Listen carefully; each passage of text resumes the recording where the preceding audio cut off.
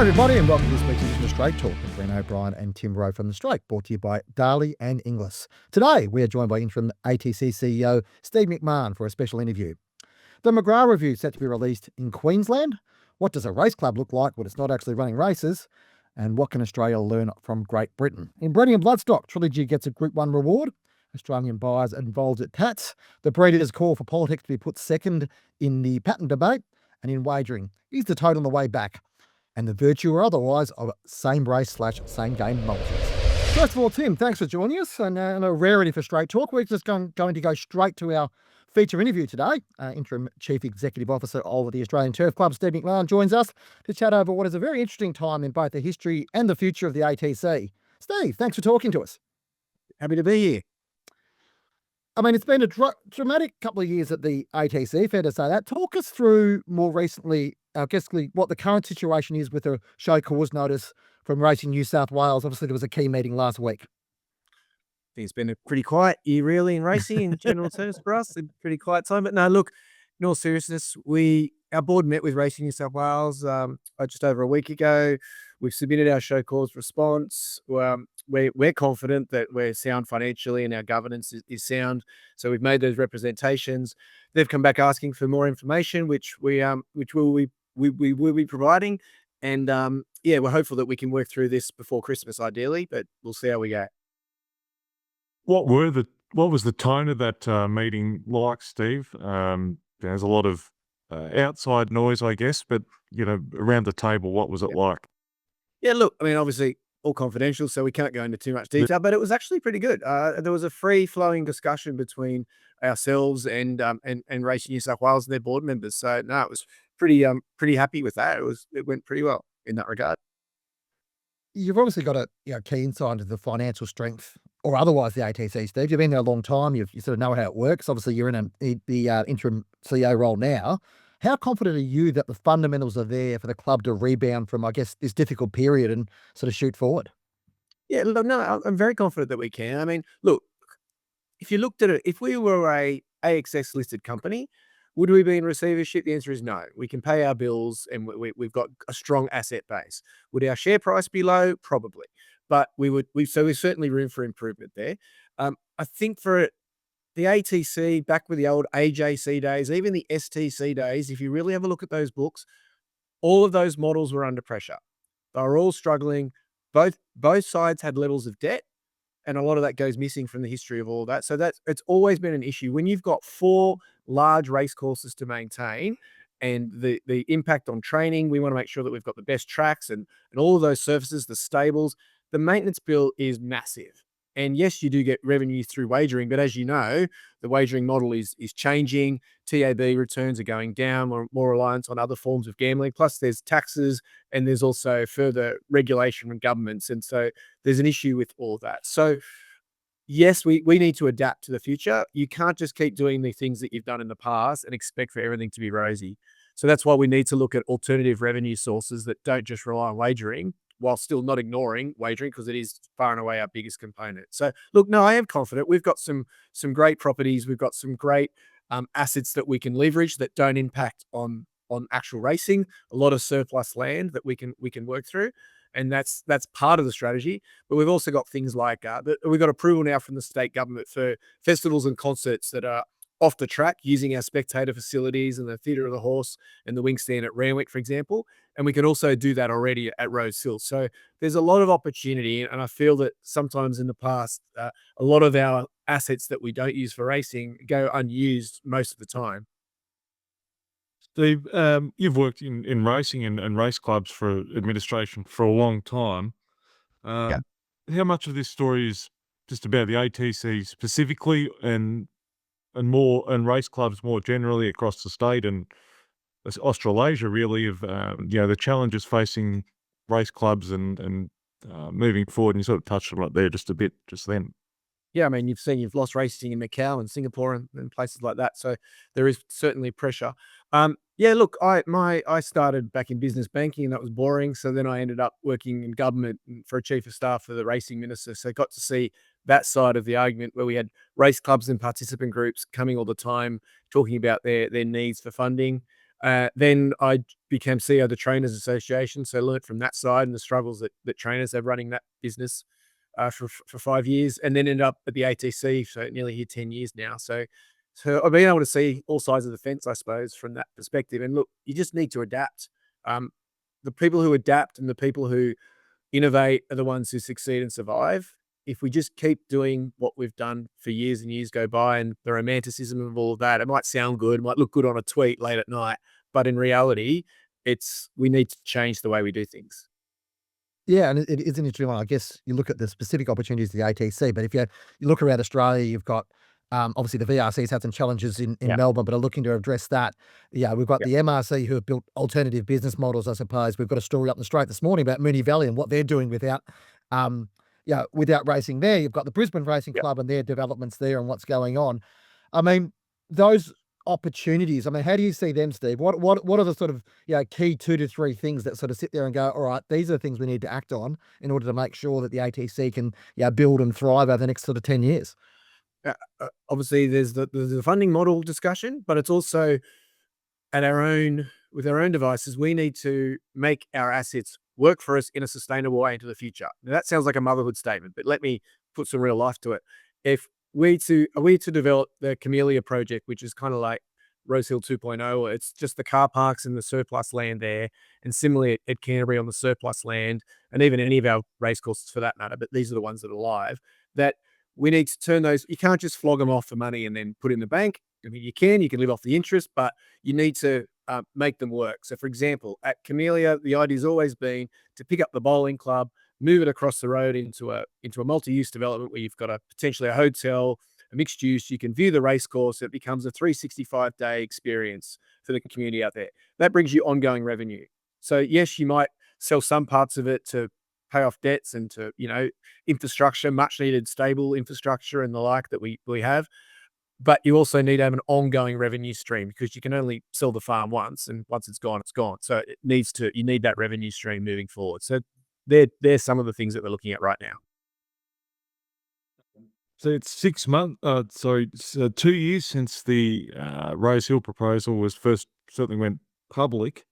Yeah. How do you reflect on that, to be honest, tumultuous period, I guess, possibly for yourself and industry more generally? Oh, look, you learn a lot from these things. What doesn't kill you makes you stronger.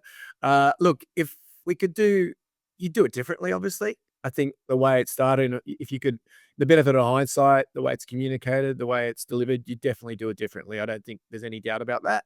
But look, was it worth it? Look, $5 billion doesn't come around every day. It was certainly worth exploring. It'll never happen again. So you can't say no to 5 billion, at least exploring it. So yes, we definitely would have done things differently, but now we move on. We move on now, and we've still got the Camellia plan, and we've got surplus land at Canterbury. So we've got enough options that if we can get through the next couple of years, some of those projects will then land, and then that'll put us in a pretty strong position to move forward for the next 50 years. Just to put a bow on the sort of Rosehill fallout, I suppose, Steve, or the Rosehill proposal. I mean, were you surprised by how divisive and personal it became, and that it became a real sort of lightning rod for a lot of other issues in the broader racing industry? No, it was funny when it was first being discussed internally. It was pretty obvious. We knew that obviously with tradition, and we knew that members it was going to be confronting. It was a pretty big deal, obviously. But we were talking about the kind of money that was life-changing for racing in Sydney for the ATC. It would set us up for 100 years and beyond, and there's so many threats into the future with governments and greenies and the like. So we were aware of all that. So no, not really. And I think even our chairman at the time said it reminded him of the gun laws debate where you lose lifelong friends. And I think, unfortunately, that did happen, and that's sad. But it just goes to show there's a lot of passion in racing, and you take the good with the bad with that kind of stuff. But again, I just think it was an opportunity worth exploring, regardless of which side of the debate you're on. Like I've always said, if someone offered you 5 times the amount of money for your house, what would you do? I mean, I love my house. I'm sure everyone loves their home, but you'd have to think about it. So it is what it is now. We move on. On some of those developments around Rosehill, as you just sort of discussed, how do you move on, or how do you execute that now in the next month or few months, years to monetize those, I guess. Yeah.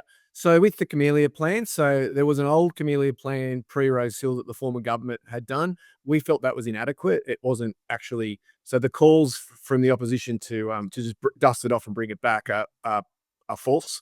Sorry, they're not false. They're just flawed, I should say. We didn't believe they would optimize the land for us, and neither did neighbouring landowners. So it's being amended. The current government, our understanding is looking at what that could look like into the future. Our land's okay, but the land around us is quite contaminated. Yeah. So they're looking at how that works. There's a number of long-term leases around that. So we're in the best position because of our car park land and the surplus land around there. We're basically ready to go when we get some approvals. So the way it would work in terms of being monetized, we would expect within the next 6 months, the government will come out with some form of strategy for that. And then following with the rezoning, once we know what those rezonings are, we can then enter into discussions with obviously Racing New South Wales, but also our partners and developers to monetize that, whether it's money up front or whether you take it at the end. We've got to look at that deal.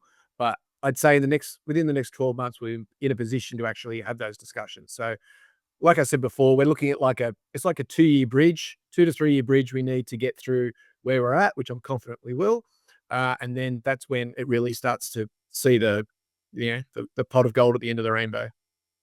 You alluded to Canterbury before. I mean, obviously there's been plans around there and there's been discussion about redevelopment of that land for some time and Yep. I guess maximising the value of it. Where's that at, Steve? And it sounds like with the Rosehill situation, that's probably like it's got to have to go through a political process. Is it similar with Canterbury, or do you feel like you can act on that quicker? Oh, look, with Canterbury, so we're just talking about the surplus land here, not the whole racecourse. Yeah. The whole racecourse is another discussion for another day. And if that ever happened, we'd be bringing members on the journey well and truly Yep. early on in the piece. So we don't want to learn the lessons from Rosehill if we ever go down that path. But that's not for now. We've got 3 parcels of surplus land outside the racecourse. One of them's got the quarantine centre on it, so we've obviously got to be careful there, or we'd have to find an alternative for that. But we've got the King Street development that we're working through now. Got a few legal issues with our partner on that we're trying to sort through. But it's valuable land, and again, within the next couple of years, that will be realised in terms of development, which will give us the cash we need. So that parcel of land's pretty much ready to go. It's whether or not we look at the other car park lands and do something on those to try to get that happening. And they're non-core land, so you don't need a member's vote for non-core land. But if you ever did anything at the racecourse, that is core land, and you definitely need member support. Just a quick follow-up on that. I mean, how important you talk about, I'm not obviously specifically in the legals with the partners, I'm not sort of interested in getting into that, but how important is it to get the right partner for these developments, Steve, and that you actually get the right people on board and to know, because the cost for you guys, if you don't get that right, is another 5 years of sort of mucking around and trying to make things happen, isn't it? So 100%. And look, these are neighbouring developments to our racecourse, so Yeah. we want to make sure they're a quality and that they complement the experience when you go to the track and don't detract from it. So we're not about selling just to the highest bidder and getting the biggest chunk of cash we can and moving on. You've got to be strategic about it, and we want to build communities around there. A lot of discussions, for example, at Canterbury and King Street, is like the need for cafes and restaurants and making it a live experience, so that if we ever do anything, if we ever invest more capital into whether it's Rosehill or Canterbury, you want it to be a community. You want it to be something that invites people to the track. If you look at our racetracks around the world, but particularly ours, looking out at Randwick now, they're fenced off from the community, and that's for security and safety and horse welfare and night. But they're not. We don't welcome people in there. So if we can create an environment around the developments and around the entry points to our racecourses that make it a place to go, well, then they'll go have a coffee, and then they might go to the track or visit, if you've got a gym there or whatever you've got, they'll make it a 365-day visitor experience, not just going to the track on a Saturday or a Wednesday or a Friday night. Yep.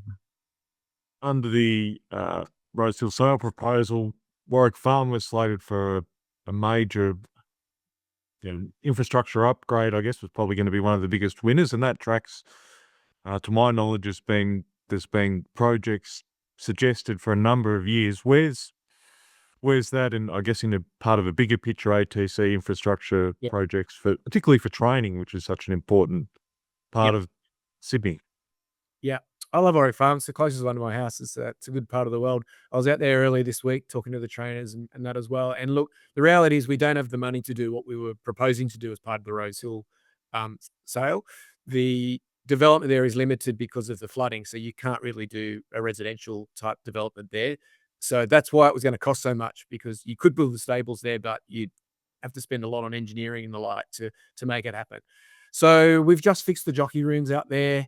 I am looking at a few things that we can do to improve the member and spectator experience there on track. The track there does need to be rebuilt. It's fine the way it is, but that's not true. It's serviceable the way it is, but there's a camber at the side that falls off, which is not ideal, which makes it hard when you get a bad barrier and the like. It needs a revamp, so it does need new surfacing, and that's something that we'll work with Racing New South Wales to do. That we nearly had that online a couple of years ago, and then things were paused. So we've got a good relationship with the council there in terms of the DA. So the track is a priority of something we need to do. And then in the future, with stables and the like, we're looking at innovative ways to have funding for stables and the like, whether or not the trainers themselves invest, because at the moment it's a rent deal for everything. So, like the Packer model or other types of arrangements. So we're really looking at innovative ways that we can do it. But yeah, the Warwick Farm will continue to be our strongest training centre, and we just need to improve the facilities there. The tracks you've got there are pretty good. The training facilities are pretty good, the tracks. It's just the course proper. We definitely need to do some work on there. What's the relationship like with the trainers, between the ATC and the trainers at the moment, Steve? There was obviously a little bit of tension earlier this year about costs and all that sort of stuff. And trainers have always got, and so well from your previous role, trainers have always got concerns around rising costs and how things work. I mean, have you worked hard to sort of make sure that relationship's strong? Because it's a really key stakeholder group, isn't it? Yeah, absolutely. And look, my former job at the Trainers Association obviously helps me with that and those relationships. But no, look, I think it's pretty strong. We're trying to do it a different way. We're actually going to go and talk to them early on in the piece and consult with people. There's always going to be an issue that we're going to quibble over, whether it's fees or and the like, and facilities. So there's always that. But like even the meeting we had at Warwick Farm the other day, a few things were raised, and with Nivesh Ramdani there, we're able to solve those things, like extra trials and things. So there are always solutions to these problems. So no, we're definitely keen to work with them and treat them as partners, because they do a great job in promoting the carnival. Horses can't talk, so it's only our jockeys and our trainers and our vibrant owners that can talk. So they do a great job promoting it. So we want to work with them, because we're all in the same boat at the end of the day. We'll be transparent with our finances, so they're aware of what we're doing and why, and we'll try to improve the facilities the best we can. Like, a lot of our stables are old. So we do need to do some improvements there. So yeah, we'll work with them. So yeah, in answer to your question, I think they're pretty good most of the time. So just on following up on that, Steve, the ATC still paused, I guess, the rent increases for stabling and the costs of trials as well, which obviously owners feel as well. Good question. Actually, just having discussions in the coming days or weeks just to try to resolve that. So it won't be as onerous as before, but we obviously need to do something. So stay tuned on that one. It's all part of our response and our financial situation at the moment. We just want to bundle it all together. So yeah, you'll have something about that soon. On the track, and Bren and I were both at Randwick on Everest Day in different parts of the track, and we had well, speaking for myself, had a great day. The appetite there from Sydney to embrace racing, obviously was sold out at Everest Day, but out beyond that, it features part of a leisure activity, and just obviously aside from punting as well. Yeah, look, I think what Everest Day showed, Everest creates a halo effect, and we're now seeing uplift on our other days, because once Everest is sold out, then it benefits the other days. It definitely attracts a younger crowd, a more female crowd, a new generation of punters. Now, what we're noticing is that our big days are getting bigger, but our small days are getting smaller. And the challenge then is to turn those once a yearers into more often. They don't have to come every day of the week. They don't have to come every day of the week. They just need to come twice or three times, and automatically it bumps it up. But it's not just about those days. It's about the future of racing. I mean, when I've got my 16-year-old daughter who's telling me that her friends are trying to get tickets, so make sure you bring a guardian. But no, when I've got my 16-year-old daughter saying things like that, then that's pleasing, because I'm always worried about, they say that the younger generation are a bit more left-leaning or green. Like, we don't want them to. We don't want to lose that generation. We do face societal threats through regulation, animal welfare, and gambling and the like. So we need those new fans coming through. And I don't care if they're coming just to go to a party or go to the after party, or they're coming because they're friends. We need to broaden our audience. And yeah, we need to introduce them to horse racing and wagering, but we need all parties welcome so that we have a strong coalition to support racing in the future. When I was growing up and going to the track, Steve, I think the bookmaker's ring always was enthralling to me or captivating. Is that obviously it's probably a bit of a dying art, unfortunately, but trying to work with the on-course bookies in Sydney to create a good experience, and hopefully those punters that do go use their services. Yeah, definitely. We're trying to look at a few things we can do to improve the on-course betting experience, wagering experience. The bookies ring on Everest Day felt like the old days. I say that as a 48-year-old, but it did feel pretty good. And it was a good vibe in there. And look, a lot of it's about educating punters, particularly the new ones, about how it works. They feel a bit intimidated going to see the bookies sometimes when they can do it all on their phone and they don't have to go and talk to a human. It's something different. You actually get a better price on the on-course bookies, but we're not allowed to promote that because of gambling laws. So we've got to find a creative way to get that message out there, that you actually do get a better price on track. So it is a challenge, but it is a unique part of going to a racetrack, and I think a pretty cool part that most people enjoy. Yeah, and I think the theatre of the track is obviously always a great selling point, and bookmakers have always been part of that. Steve, appreciate it's a very busy time. You sound like you got plenty on your plate to work through, but we really appreciate you taking the time to have a chat with us here on Straight Talk. All the best for the coming time, and yeah, we'll look forward to catching up with you along the journey. All right. Thank you very much. Have a great day. Cheers.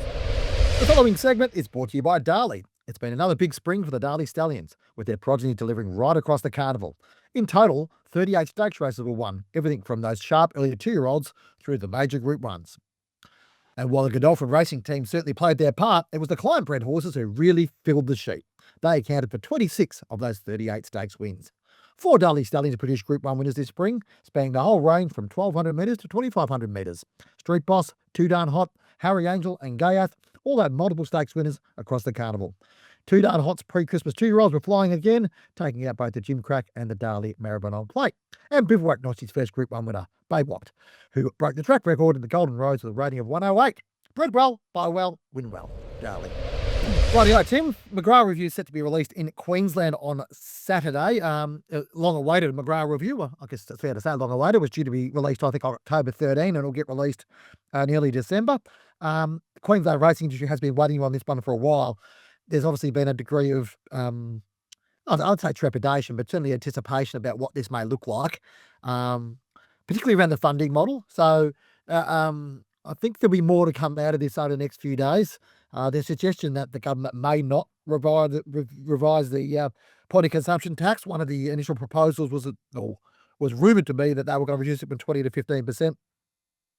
But in a racing environment as dynamic as Queensland, and Queensland has its own particular challenges, Tim, because it's geographical spread, the amount of tracks they have, and the fact it's tri-code as well.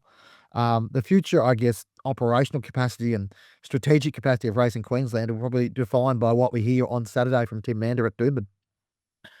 Yeah, I don't want to preempt what, because I haven't seen the report. Certainly don't know. I know, as you sort of alluded to, I think it's been across the desk of, say, Racing Queensland and a few other people for up to probably 8 weeks. And I think there'll be some positive low-hanging fruit, for want of a better term, was it described to me.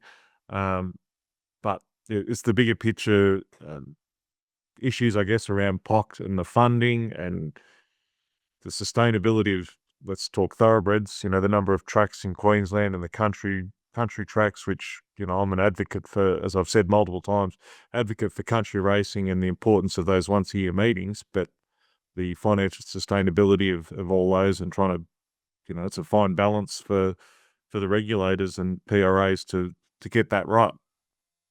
Yeah, it is. There's a lot of sort of things to play out with this in the politics way. I guess what was kind of interesting to me is that a few people were surprised that this announcement or this event was made.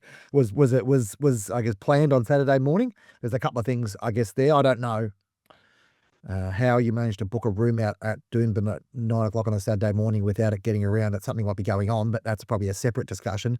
But particularly even from a coverage point of view, there's obviously an Ashes Test match going on in Brisbane this week. You're trying to get cut through and broader, I guess, industry cut through. People be talking about it. I'm not too sure about putting a plan out at 9 o'clock on a Saturday morning is exactly glowing of what you think its impact might be broader. But anyway, that's probably a more, I guess, a PR announcement thing more than anything else. But it's an interesting one. I think there's probably obviously they wanted to get it out this year. There's a few surprises that they've sort of put it to this point, but we'll see what happens, Tim. Well, I think for the Saturday morning, the previous one before they aborted it was going to be Saturday. I think there is. I think it was a Monday actually, Tim. From memory, that was actually. That's right. Sorry, but they announced it on a Saturday. But there's there is the Battle of the Bush or a couple of country races. There's a lot of country participants in town. I think that's part of their thinking as well. We've got some of those representatives. We can speak directly to them rather than them hearing it secondhand or having to come back down, especially if you're club sort of level country administrators and so forth. So I think that was part of their thinking. But it'll be an interesting Saturday morning before even the first race is run. That's for sure. Yeah, and you, such as I had when as a young lad, had to travel to go to racetracks or whatever, and being there at 9 o'clock in the morning doesn't seem exactly convenient either. But I'll leave that one alone for now, Tim. Speaking of racetracks, and a race club that actually doesn't have a racetrack at the moment, Moonee Valley. Warwick Bar's written a very interesting story this morning. I had a chat with Adam Lennon, who's the chairman of Moonee Valley Racing Club. We often hear from the CEO, Michael Brow, but we chatted to Adam Lennon about what Moonee Valley is doing as a race club while they're effectively in recess from a racing point of view. They're still conducting race meetings, be they at Geelong, Cranbourne and Pakenham. Those Friday night meetings or Friday meetings belong to them. So there's still obviously operational stuff going on there. But it's interesting to see sort of how they're planning and how they're using this opportunity to, I guess, set up Moonee Valley for the next 20 to 25 years. I guess it's fair to say, Tim, there's a bit of trepidation certainly from traditionalists about what Moonee Valley may look like after this may happen. But the message sort of coming out from Moonee Valley is that we're taking into account that we want to preserve that, I guess, intimate Moonee Valley feeling of being close to the action and create a race course that could be better than what was there before. Whether that eventuates or not, we'll find out. But it is a very sort of topical and interesting thing to look at, isn't it? Yeah, and I read Warwick's story just this morning myself, and interesting quote in there that suggestion was that there's that Moonee Valley's appeal, I guess, is that amphitheatre sort of vibe and look, and suggestion is that actually the crowd might be 25 metres closer to the action under the new plan. I think it's going to be a longer straight, but it'll be, I guess, the board and Michael Brown that are very conscious of what made Moonee Valley special, and they're trying to obviously replicate that to a small degree, I guess, or maintain some of that feel. Whether they can achieve that with modern building, it'll be time will tell. Yeah, and each racetrack, I mean, I think there will be a degree of, I guess, a critical eyes cast over how that eventuates. And it's a relatively short time frame, 2 years to completely redo a racetrack and make sure it's right. It's not easy to make sure they bed that out right from a surface point of view. There's a whole bunch of other challenges sort of arriving from there. The other topic I wanted to sort of put on the table, Tim, from a racing perspective is this. It looks like at this stage the British racing has avoided what was called the racing tax, which was an extra duty which is going to be put on betting on racing from 15% to 21%. Now that's not happened, which was seen as a sort of a net positive for racing. But the challenge is there's been significant extra duty put upon or extra taxes put upon other online gambling, especially sports betting, which goes to 25%, and I guess effectively online casino games, which are illegal in the UK, which go to 40%. The bookmakers or the big corporate bookmakers over there, big betting companies are fairly unhappy about this. They say it's going to affect their bottom line. And what is interesting is that one of the first things they said they'll have to look to cut will be promotion of racing and sponsorship of racing. So obviously we've seen in Australia that, through club sponsorships or various other forms, bookmakers have underwritten clubs in terms of their sponsorship and be able to help them, to use their real estate in order to promote the product, right? If that's not going to happen, then that's a dangerous thing. But I guess there's a couple of lessons to come out of that, and I wrote an article about it this week. The first lesson for me is that wagering and racing are so inextricably linked, and rightly or wrongly, anything that happens to the wagering industry will have a knock-on impact on the racing industry.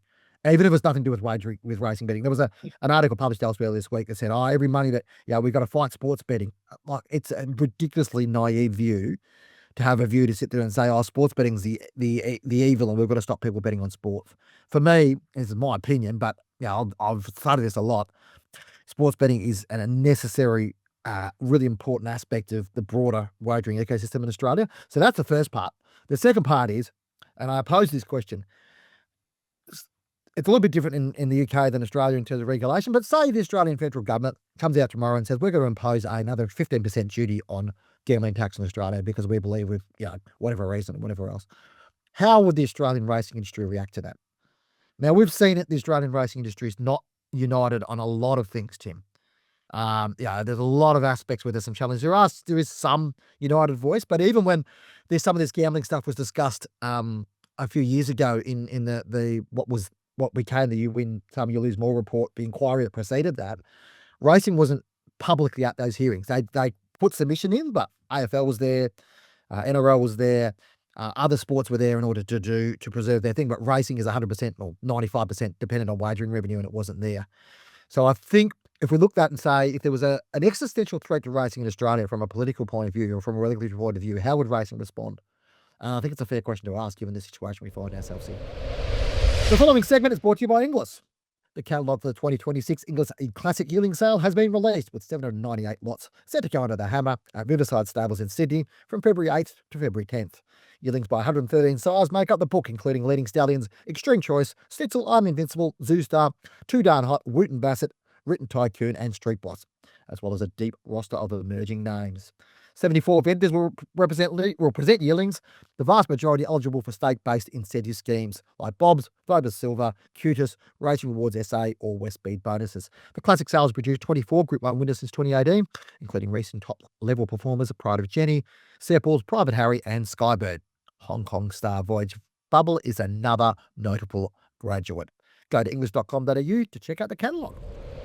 On the breeding, I actually I've just realised we've only got into the breeding discussion. I was already getting into wagering, but mentioned there for a notable result from one of the major investors in Australian breeding and bloodstock over the last 5 years in Trilogy. Jason and Mel Stenning have put a lot of money in, and they got a Group 1 winner in the Winterbottom with Libertad. You spoke to Jason earlier this week, and there was a sort of sense from him of, there's some momentum really sort of gathering with their investment, isn't there? Yeah, Jason and Mel, and along with important part of their business, Sean and Kathy Dingwall are now running Blue Gum Farm for Jason and Mel, an integral part of the whole bloodstock business that they've set up. They came in 2021 English 2-year-old sale, and everyone, I was there and went, who are these guys? And they're passionate about the industry. Yes, it's a business, and they've invested, I won't say how much, but a significant amount of money. And were part of the China Horse Club, Newgate, Colt Syndicate. So they've had Osmosis and Militarize, and they bought a share. They've got shares in Jacquinot and a few other different stallions. But to get a Group 1 winner with Libertad in Perth under their own colours, the diagonal triangles, and Trilogy was significant for them. And it is as we all know, anyone that's owned horses, it's up and down, no matter how many you've got. Huge variance there, but they're committed to the cause, and it's just getting started with their brood mares, and breeding is where they're aiming, and racing horses is to, I guess, replenish those broodmare bands and hopefully stallions. So where Libertad ends up, does he go to stud? Does he go to Blue Gum Farm in Victoria's question to be answered later on? But they're having a lot of fun with Libertad, and as Jason sort of quietly pointed out to me, he started big odds when he's won, and I think they've, as well, on top of sort of the $1 million prize money, they've cleaned up on the punt, so good on them. And like a lot of others, they're valuable contributors to the industry. It doesn't function without people like, you need everyone. You need the 5% owners right through to the Jason and Mel Stennings pouring in a lot of money. Yeah, and I think if you look back on it since the sort of pandemic, or since that period, they were probably number 2 in terms of new investment to the industry in Australia, wouldn't they? Probably behind, obviously, a fair few lengths behind Yulong, but Yulong would take a lot of the headlines. But I think, they've invested a lot of money and a lot of different bloodstock, and quite handily in the way they've done it. They've built up something that will last many, many years, which is key as well. Speaking of Mr. Zhang and his global involvements, he was busy at Tatts, as were a few other Australian investors, Tim, buying mares, and a lot of them, some of them, come back down to Australia in order to both our racing and breeding stocks moving forward. Mr. Zhang on his UK banner Ace stud was pretty active, but probably for me the most interesting one was Arrowfield, and John Freer was over there for Arrowfield, and they bought a half sister to Too Darn Hot. She's in foal to the Northern Hemisphere at the time at the moment, and so she'll foal down. Then they bring her out, and their aim is to have her covered by the Autumn Sun next year. So, he's leading the Stallion Premiership at the moment, just with obviously Autumn Glow leading the way for him this season. But he is sort of a stallion on the up and really going well despite missing last year. There will be a bit of a momentum halt, I guess, but they're really backing. They did pay 1.3 million guineas, so it's a significant investment. They bought off Watership Down, who own Too Darn Hot with Darling Godolphin. So it was quite interesting. And Cambridge Stud was also over there. They bought a much cheaper mare in foal to Southern Hemisphere time to Starman, who's the leading first season stallion in Ireland and Britain, and I think he was second in France as well. So promising young stallion. I think they got him 35,000 guineas, so relatively cheap on the market, I guess. But there's still Aussie investment, and there's Arcana to come, and then so I'm sure there'll be activity over there as well.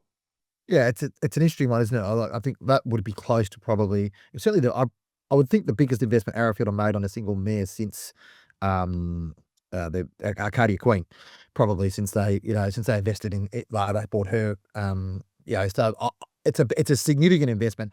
You wonder whether perhaps, like, it'd be interesting to hear from John Freer once he gets back and have a chat, but whether they're going to make a bit of a move at the mare sales next year in Australia in order to sort of basically, with Snitzel now gone, sadly, Reduced Choice obviously long gone as well. Is the efforts to support the Autumn Sun and to make sure that he becomes a champion stallion. It'll be interesting to see what happens, because Arrowfield probably been a little bit quiet last couple of years in terms of mare acquisitions or whatever else. Little wonder, because you've got to compete in that sort of market where there's a lot of money going around, particularly at the Yulong end. But no, it's interesting times with that as well. Tim also wanted to sort of there's a statement put out by Thoroughbred Breeders Australia, a couple of quotes there in an article there from both Basil Nolan, who's the TBA chairman, but also the Ozhorse chairman, Anthony Thompson, about the desire to see an end to this patent discussion. Tim, we're sort of all dizzied out on patent discussion, but it's clearly a point of frustration. It probably harks back to that discussion I was having before about needing to solve national issues. There's a lot more to play out with this story, I think, and the Asian Racing Federation or the Asian Patent Committee are getting more and more frustrated with Australia's lack of response on this one. It's got to be fixed. It's got to be sorted. The finger pointing. There's been a lot of finger pointing. It's not relevant. It needs to be sorted out, because Australia needs to have a creditable black type system, doesn't it? There's another Asian Patent Committee meeting next Friday the 12th. So I'm sure that issue will be on there. I wrote in newsletter on Tuesday. To me, the crux is the issue, and as we know, Racing New South Wales Chair Sarah Ann Cook put out a statement on last Friday on their website. So finger pointing, and don't blame Racing New South Wales, here are the facts, so they say. Point is, I think it's who makes these decisions, who will end up making the decisions with what races need to be demoted and which are promoted, and a working pattern which basically it hasn't worked for probably about 9 years or hasn't been functioning. It's who decides that, and how. There's those black type guidelines that were proposed and then sort of backed away from. So I guess the concern from some observers is that just using hard and fast ratings will provide more power to the bigger PRAs with more prize money. that sort of, if an independent, I guess, is a push for an independent patent committee away from the PRA's power. They can make submissions. Whether that comes off, who knows, and whether the Asian Patent Committee can even, they need to have the submissions from Racing Australia. There's a lot. It's just so complicated. It's no one person's fault, or in organisation, I should say. There's just so many moving parts, and probably a function of Racing Australia's inability to achieve anything because of the way it's made up of the differing PRAs.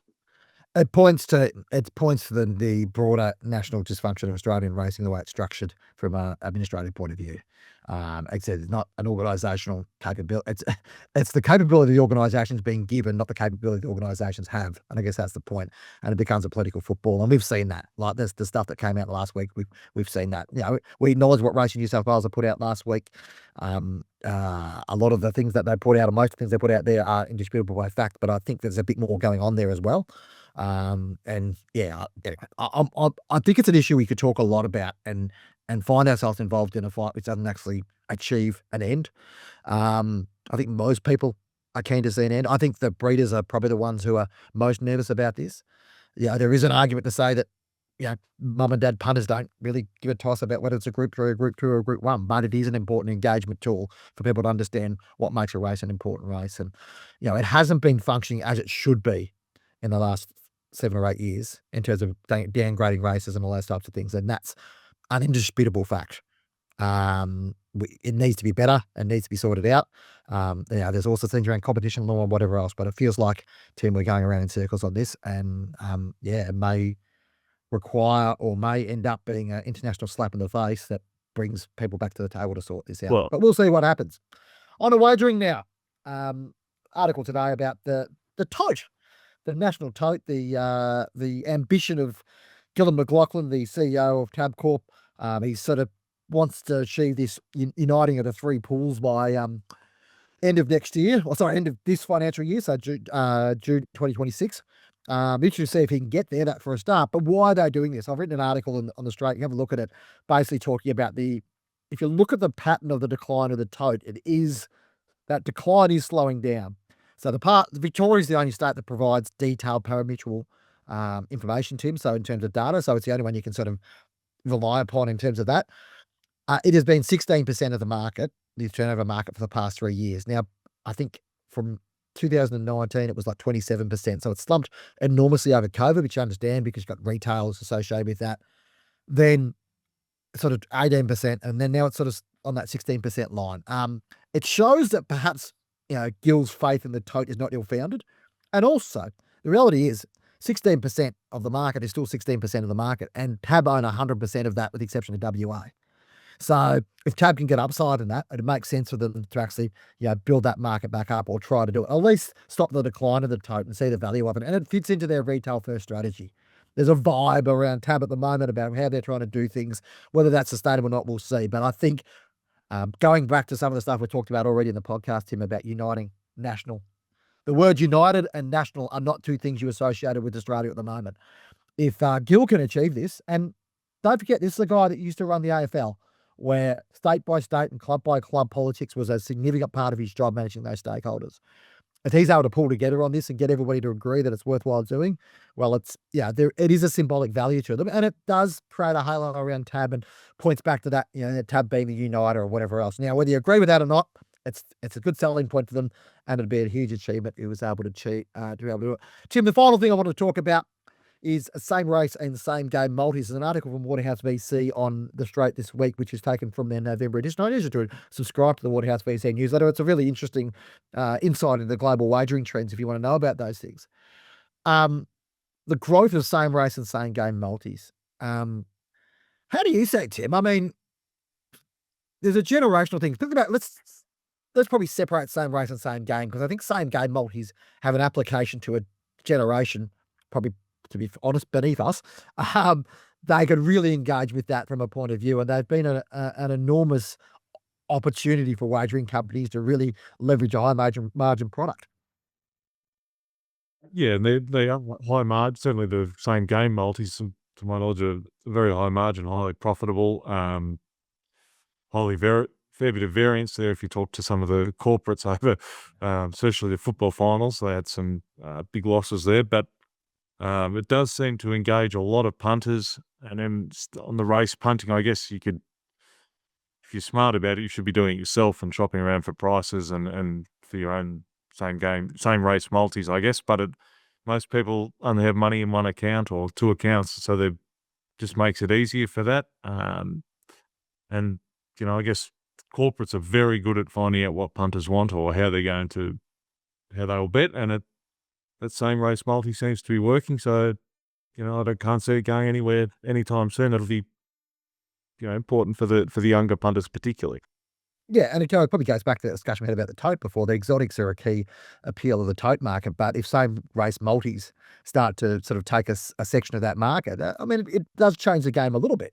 Talk about your own behaviour, I suppose, and there's been times where probably 5 years ago I wanted to take a few horses in a trifecta, where I'll sit there now, I'll throw them in the same race multi. Now, I may be being an idiot and costing myself margin. That wouldn't be the first time someone has accused me of that. But there was an appeal to that. Going, there's an appeal to that. And I think it's a market ability to go, okay, well, you get certainty over the dividend. That's the first thing. And the other thing is that, you get, I guess, some control of going, hey, I want 2 of my horses to finish in the top 5 or whatever else. So, It's an interesting one. I think it's obviously clearly something that the bookies are keen to push and see the value of it. It probably feeds back into the tote discussion, as I said. But do you ever take same race or same game multis, Tim? No. Yeah, there you go.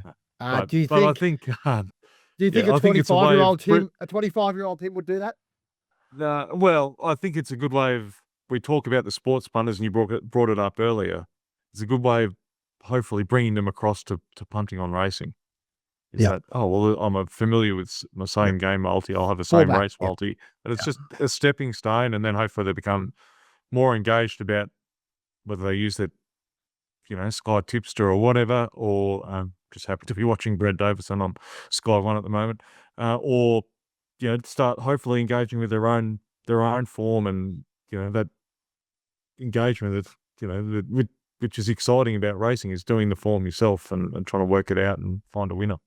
Yeah. Steve McMahon alluded to before, it's not necessarily about making someone a number 10 engagement on the scale. Sometimes it's about moving someone from a 3 to a 4 and getting them more excited because they can understand a product, or they go, there's a sports product which I can relate across.